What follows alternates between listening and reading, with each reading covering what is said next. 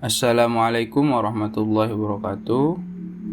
Perkenalkan, nama saya Muhammad Rizky Ansori dari Fakultas Ilmu Tarbiyah dan Keguruan, jurusan Tadris Bahasa Inggris. Pada kesempatan kali ini, saya akan menjabarkan pemahaman saya seputar PBAK atau Pengenalan Budaya Akademik tahun 2021-2022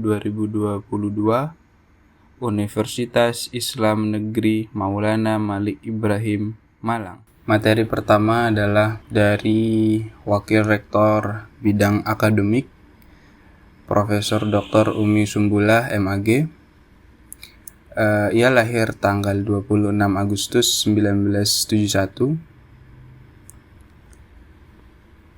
Beliau mengatakan kampus UIN Malang ini sekarang berada pada tahap international recognition dan international reputasi atau reputasi internasional.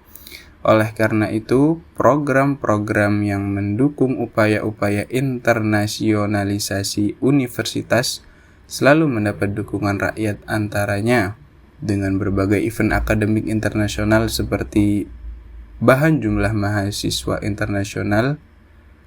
UIN Maulana Malik Ibrahim Malang punya hampir 500 mahasiswa asing dari 34 negara.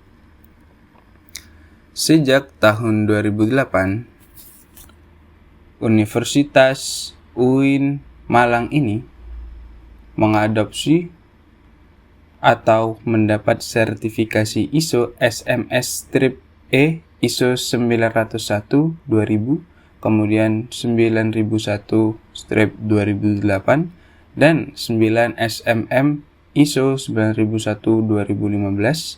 Kemudian pada tahun 2020 kemarin ada 4 program studi yang sudah mendapatkan sertifikasi. Untuk SKS yang ada di UIN Malang ini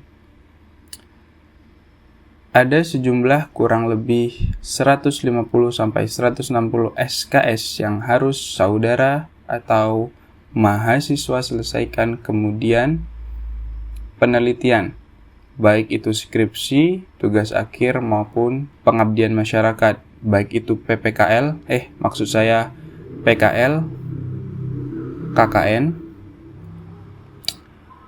Lalu ada ujian komprehensif, ada juga ujian skripsi yudisium hingga wisuda. Itu semuanya adalah kegiatan-kegiatan akademik yang mahasiswa UIN Maulana Malik Ibrahim Malang harus jalani. Dari Profesor Dr. Umi Sumbullah mengatakan tentang sistem akademik bahwa seluruh mahasiswa harus memprogram mata kuliah kecuali mahasiswa baru. Dan mahasiswa baru sudah diprogramkan secara otomatis oleh bagian akademik. Namun nanti untuk semester 2 dan seterusnya mahasiswa harus memprogram sendiri SKS yang akan dia ambil. Lalu tentang IPK. Mengapa perolehan IPK itu harus tinggi? Karena nilai perolehan IPK itu akan menentukan SKS, maksud saya jumlah SKS yang akan Anda bisa memprogramkan untuk semester berikutnya. Kalau SKS-nya kecil, maka perolehan IPK-nya kecil. Maka perolehan SKS untuk semester berikutnya juga kecil. Bisa 11, 19, atau 21. Sehingga kalau mahasiswa kuliah lalu memprogram 24 SKS, maka nanti Anda pada semester 7 sudah selesai. Maka pada semester 8 bisa untuk menyelesaikan skripsinya dan Anda lulus dengan waktu yang tepat. Kemudian Profesor Dr. Umi Sumbullah juga mengatakan bahwa ketika mahasiswa UIN Maulana Malik Ibrahim memiliki 4 pilar yang terangkai dalam teks lain, yaitu ulul albab. Anda atau mahasiswa semua akan menjadi intelektual profesional yang ulama dan profesional, generasi ulul albab yang akan memajukan bangsa. Materi yang kedua disampaikan oleh Bapak Dr. Kiai Haji Isrokun Naja, MAG, Bidang Kerjasama dan Kelembagaan. Beliau mengatakan bahwa rekapitulasi penerimaan mahasiswa baru tahun akademik 2021-2022 peminat kampus UIN Malang ini mencapai 78.430. Dan yang kampus UIN Malang terima hanyalah 3.751. Lalu masuk ke kampus UIN Malang, masuk 10 perguruan tinggi bereputasi internasional, baik perguruan tinggi di Indonesia maupun luar negeri yang telah masuk ranking kelas dunia. Dalam rangka pemanfaatan aset kerjasama terkait dengan perguruan tinggi di luar negeri, kita membangun kerjasama dengan beberapa universitas terkenal di Sudan. Lalu ada Ustadz Om Durman Islamic International Afrika, bentuk pertukaran dosen. Jadi di kampus UIN Malang ini ada beberapa dosen dari luar negeri, baik dari Australia, dari Amerika, dari Saudi Arabia, dan dari Sudan dan Libya. Dan luar biasanya kita dipercaya oleh Al-Azhar University di Kairo untuk membuka prodi bahasa Indonesia di sana. Jadi beberapa kali dosen-dosen kita diminta untuk memberikan pembelajaran bahasa Indonesia bagi calon dosen di sana. Di samping kita kerjasama dengan pendidikan dan budaya di beberapa kedutaan luar negeri. Lalu lanjut PBAK hari kedua, ini tentang DEMA atau Dewan Eksekutif Mahasiswa Universitas. Apa sih itu DEMA? DEMA adalah merupakan organisasi intrakampus yang merupakan lembaga eksekutif mahasiswa di lingkungan ataupun di level universitas. DEMA ada beberapa lingkungan yang terdiri dari lingkungan universitas dan lingkungan fakultas. Setelah itu turunannya untuk lembaga jadi pada himpunan mahasiswa jurusan atau himpunan mahasiswa prodi. Fungsi DEMA sendiri adalah sebagai pelaksana program organisasi kemahasiswaan, lalu sebagai lembaga yang mengkoordinasikan dan menginstruksikan pelaksanaan kegiatan kemahasiswaan di tingkat universitas. Apa sih tugas-tugas DEMA itu? Tugas-tugas DEMA adalah melaksanakan program kerja organisasi yang sudah disepakati Senat Mahasiswa atau SEMA universitas. Lalu tugas yang kedua, mengkomunikasikan dan menginformasikan kegiatan kemahasiswaan di tingkat universitas. Lalu tugas yang terakhir atau yang ketiga, melaksanakan koordinasi dan sinkronisasi kegiatan kemahasiswaan. Lalu masuk pada pembahasan Senat Mahasiswa. Senat Mahasiswa adalah organisasi mahasiswa UIN Maulana Malik Ibrahim Malang yang berperan sebagai lembaga legislatif yang mengkoordinasikan DEMA, UKM, dan HMJ.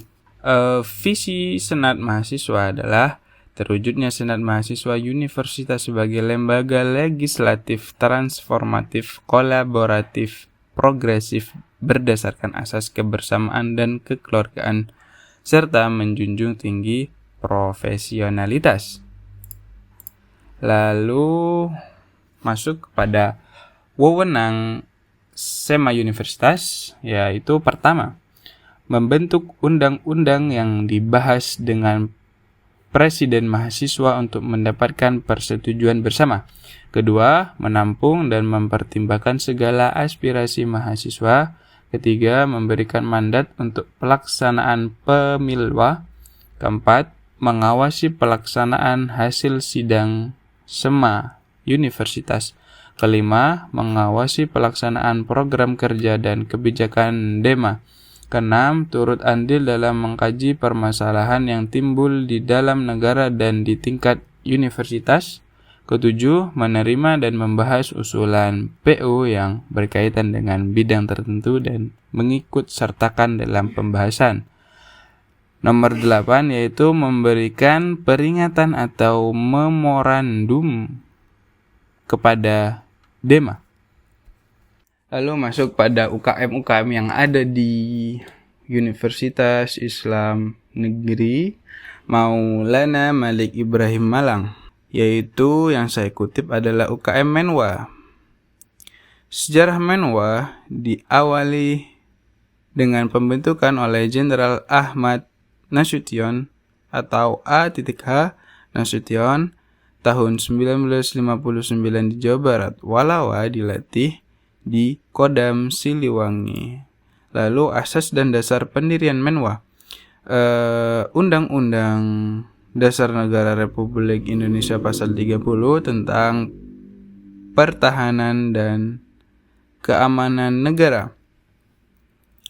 Lalu Undang-Undang Nomor 3 Tahun 2002 tentang pertahanan negara. Lalu yang ketiga, Surat Keputusan Bersama atau SKB 3 Menteri, Menteri Pertahanan, Menteri Pendidikan Nasional dan Menteri Dalam Negeri, dan Otonomi Daerah Nomor KB garing 14 garing M garing X 2000 nomor 6 garing U garing KB garing 2000 dan nomor 39A tahun 2000 tentang pembinaan dan pemberdayaan resimen mahasiswa.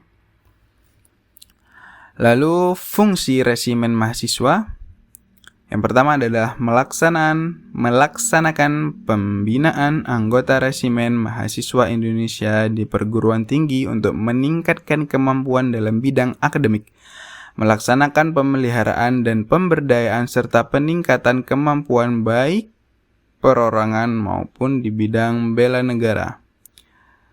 Lalu yang ketiga, melaksanakan pembinaan disiplin anggota resimen mahasiswa Indonesia baik sebagai mahasiswa maupun warga masyarakat. Yang keempat, melaksanakan pembinaan struktur organisasi resimen mahasiswa Indonesia sebagai satu kesatuan yang utuh. Lalu seterusnya lanjut kepada resimen mahasiswa Satuan 811 Wiracakti Yuda, berdiri tanggal 17 November 1981. Satuan 811 memiliki arti 8 sebagai nomor Kodam Brawijaya dan 11 atau 11 sebagai nomor urut resimen mahasiswa se-Jawa Timur. Lalu Wiracakti Yuda bermakna prajurit atau pemimpin yang sakti dan tahan akan segala bentuk halangan dan rintangan dalam menjalankan tugasnya. Lalu untuk materi hari kedua yang terakhir disampaikan oleh Bapak Basri Hasan, yaitu tentang conceptualizing the moderation on the context of Indonesian Islam.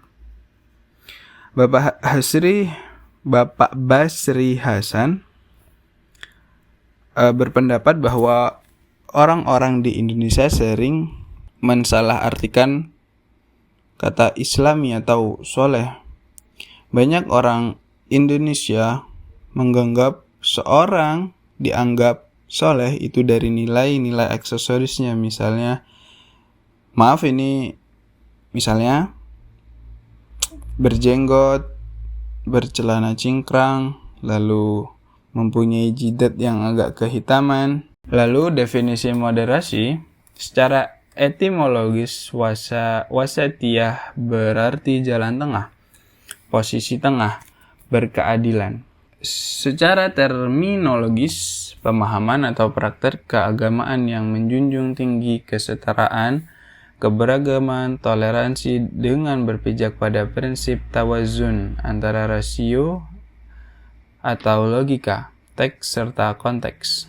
Dasar teologis, Al-Quran Surah Al-Baqarah ayat 143, beberapa hadis dalam Sahih Bukhari, legal opinion of the jurists and Muslim scholars. Lalu mengapa moderasi relevan dengan urgent di Indonesia? Yang pertama karena karakter Islam sebagai agama rahmatan lil alamin yang menjunjung tinggi keadaban dan harmoni inter dan antar pemeluk agama. Lalu yang kedua, historisitas Islam di Indonesia. Masuknya Islam ke Nusantara via dakwah, bukan perang. Lalu yang ketiga, karakter masyarakat Indonesia yang lekat dengan kesantunan dan harmoni. Akar tradisi Hindu dan Buddha. Lalu 4, ideologi bangsa Pancasila dan Mutu Bhinneka Tunggal Ika. Yang saya dapat simpulkan dari pesan-pesan Bapak Basri Hasan ini adalah sebagai warga negara Indonesia kita patut menghargai dan mencintai budaya kita sendiri. Kita tidak perlu menjadi orang Arab untuk menjadi Muslim yang baik. Kita hanya perlu mempelajari agama Islam dengan baik dan melestarikan budaya yang kita punya. Lalu pesan yang disampaikan Bapak Hasan Basri kepada mahasiswa baru adalah mahasiswa baru harus memerankan diri sebagai agents of change dalam menguatkan dan mendiskriminasi agenda moderasi. Yang kedua adalah mahasiswa baru harus mengedepankan kepentingan kebangsaan dan keagamaan yang sesuai dengan prinsip moderasi. Yang ketiga, mahasiswa UIN harus cerdas, akademik, religius, dan berkebinekaan. Sekian hasil resum yang saya dapat dari PBAK UIN Malang tahun ajaran 2021-2022. Mohon maaf jika ada kata-kata yang salah atau kurang dimengerti. Sekian dari saya. Wassalamualaikum warahmatullahi wabarakatuh.